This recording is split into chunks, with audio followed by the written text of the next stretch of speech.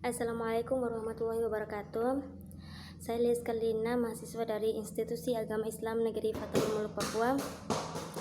Langsung saja pertemuan kali ini saya akan membahas tentang penilaian pembelajaran akidah akhlak MI. Yang pertama yaitu perbedaan pengukuran, penilaian dan evaluasi pembelajaran. Yang kedua, cakupan penilaian pembelajaran menurut kurikulum 2013.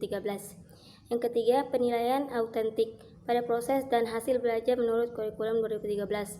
Yang keempat, jenis-jenis penilaian autentik mata pelajaran akidah akhlak MI.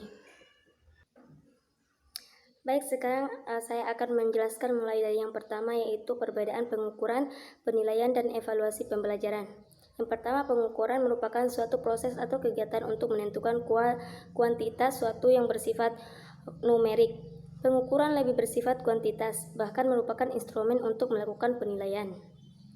Penilaian dalam pembelajaran adalah suatu usaha untuk mendapatkan berbagai informasi secara berkala, berkesinambungan, dan menyeluruh tentang proses dan hasil dari pertumbuhan dengan perkembangan yang telah dicapai oleh siswa melalui program kegiatan belajar. Evaluasi pembelajaran adalah suatu proses atau kegiatan untuk menentukan nilai, kriteria, atau tindakan dalam pembelajaran. Yang kedua yaitu cakupan penilaian pembelajaran menurut kurikulum 2013. Yang pertama, penilaian autentik, yaitu penilaian dilakukan secara menyeluruh. Yang kedua, penilaian diri, yaitu penilaian dilakukan sendiri oleh siswa secara reflektif untuk membandingkan posisi relatifnya dengan kriteria yang telah ditetapkan. Yang ketiga, penilaian berbasis portfolio. Yang keempat, untuk mengukur pencapaian kompetensi peserta didik. Yang kelima yaitu ulangan harian, yaitu kegiatan secara period untuk menilai sesuatu kompetensi peserta didik setelah menyelesaikan suatu kompetensi dasar atau KD atau lebih.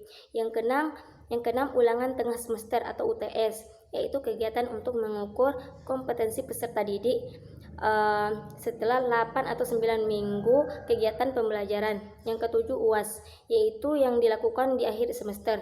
Yang ke-8 ujian tingkat kompetensi atau UTK, yaitu dilakukan oleh satuan pendidik, yaitu dilakukan oleh satuan pendidik atau sekolah untuk mengetahui pencapaian tingkat kompetensi.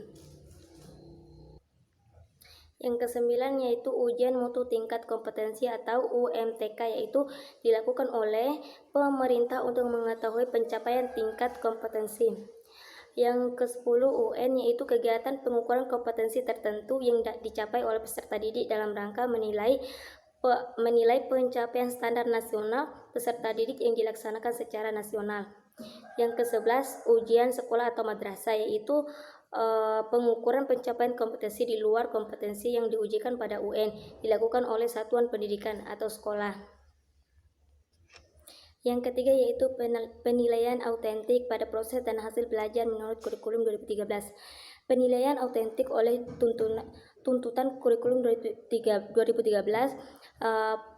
yaitu memiliki relevan kuat terhadap pendekatan ilmiah dalam pembelajaran sesuai dengan tuntutan kurikulum 2013. Di samping itu, penilaian tersebut mampu menggambarkan peningkatan hasil belajar peserta didik, baik dalam rangka mengobservasi, menalar, mencoba, membangunkan jejaring, dan lain-lain.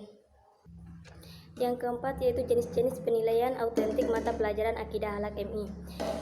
Jenis-jenis penilaian autentik ada 5, yaitu yang pertama penilaian proyek, merupakan kegiatan penilaian terhadap tugas yang harus diselesaikan siswa menurut waktu tertentu.